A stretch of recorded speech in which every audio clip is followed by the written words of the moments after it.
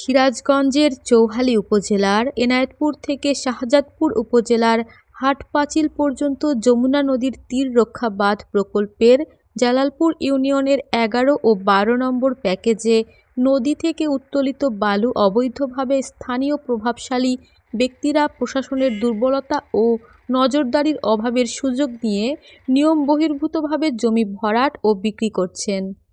এতে নদীর প্রাকৃতিক ভারসাম্য নষ্ট হচ্ছে এবং তীর রক্ষা বাঁধের কার্যকারিতা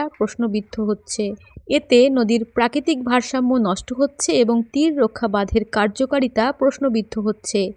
স্থানীয় এলাকাবাসীর কাছে এ বিষয়ে জানতে চাইলে সিরাজগঞ্জ জেলা বিএনপির উপদেষ্টা ও এনায়েতপুর থানা বিএনপির যুগ্ম আহ্বায়ক জনাব মোহাম্মদ আব্দুস সালাম বলেন, সেটা হলো কি এখানে ঠিকাদাররা কাজ করতেছে দ্রুত এবং কি এই যমুনা নদীর থেকে বালু উত্তোলন করে এই বস্তা ভর্তি করে এই নদীর তীর রক্ষার জন্য ডাম্পিং করছে। পাশাপাশি এই অ্যাক্সিলেটার এবং বেকু দিয়ে যে রাস্তাটা ক্লিয়ার করার জন্য যে মাটিগুলো, সেই মাটিগুলো অ্যাকচুয়ালি শিডিউলেও আছে, সরকারের দিক নির্দেশনাও আছে। এই মাটিগুলো পানির নিচে পানিতে দিলে তাহলে মনে করেন যে নদীর স্রোতটা একটু কমবে, ব্লকগুলো সিস্টেম করে ফেলানো যাবে।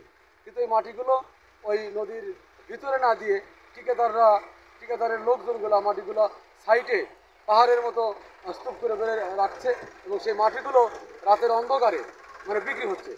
এক ট্রাক মাটি মনে করেন ২৪০০-২৬০০ করে টাকা প্রতিনিয়ত। এই জালালপুর থেকে প্রতিনিয়ত ৬০-৬৫ ট্রাক মাটি এগুলো বিক্রি করছে।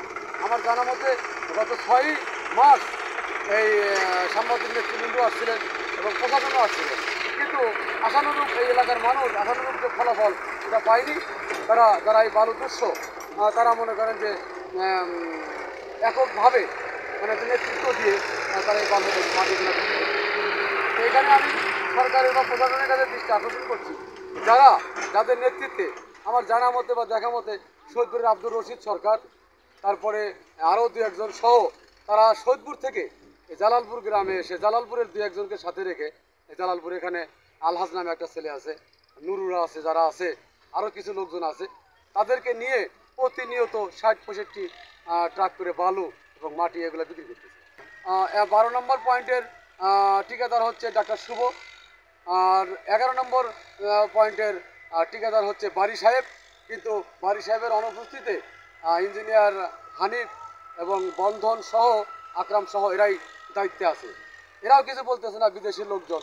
এরা যদি বলে যে এখানকার মাটি বিক্রি করা নিষেধ, এই আইনগত অপরাধ, তাহলে হয়তো এই দুর্বৃত্তরা এই মাটিগুলো বিক্রি করতে পারতো না। এ বিষয়ে জানতে চাইলে পানি উন্নয়ন বোর্ডের বাপাউব সিরাজগঞ্জ জেলা শাখার নির্বাহী প্রকৌশলী মোহাম্মদ মোখলেসুর রহমান মুঠোফোনে বলেন, আমি বাংলা ভয়েস থেকে সাংবাদিক সাত্তার আব্বাসী বলছি। জি ভাই বলেন। ভালো আছেন?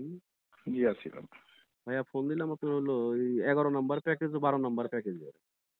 হ্যাঁ, ওইখানে ওই বালু আপনার তীরের উপর উঠায় স্তূপ করে রাখছে। সেই বালুটা রাতে প্রভাবশালীদের সহযোগিতায় বালুটা বিক্রি হচ্ছে। সেই ব্যাপারে কি আপনি কিছু জানেন? ওখানে বালি উপরে উঠে রাখছে, এটা বিক্রি করতেছে? জি না, আমি এটা জানি না। সঠিক জানেন না, তাই না? না, বিক্রি হচ্ছে এটা আমি জানি না। আচ্ছা, এটা কি ১১ এবং ১২? জি, এটা বালুটা কি উপরে তুলে রাখার নিয়ম আছে?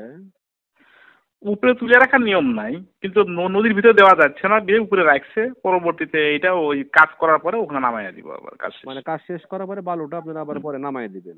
নামাইয়া দিব ওখানে, কিন্তু সেই অথবা ওখানে অথবা নিলামে বিক্রি করে দিব, বা অথবা আপনারা সেটা আপনারা বিক্রি করবেন। হ্যাঁ, আমরা বিয়েতে সরকারের করে জমা হবে।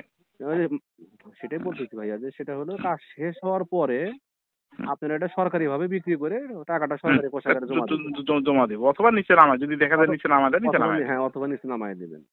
কিন্তু সেটা এখন প্রভাবশালীদের স্থানীয় প্রভাবশালীদের রাতের অন্ধকারে বালুটা বিক্রি হচ্ছে, সেটার ডকুমেন্টস আমাদের কাছে, সব ধরনের ডকুমেন্টস আমাদের কাছে আছে। তাহলে এই ব্যাপারে আপনি তাহলে জানেন না? এই তো না, আমি জানি না বিক্রি হচ্ছে, আমি জানি না। আচ্ছা, ঠিক আছে, থ্যাংক ইউ ভাইয়া।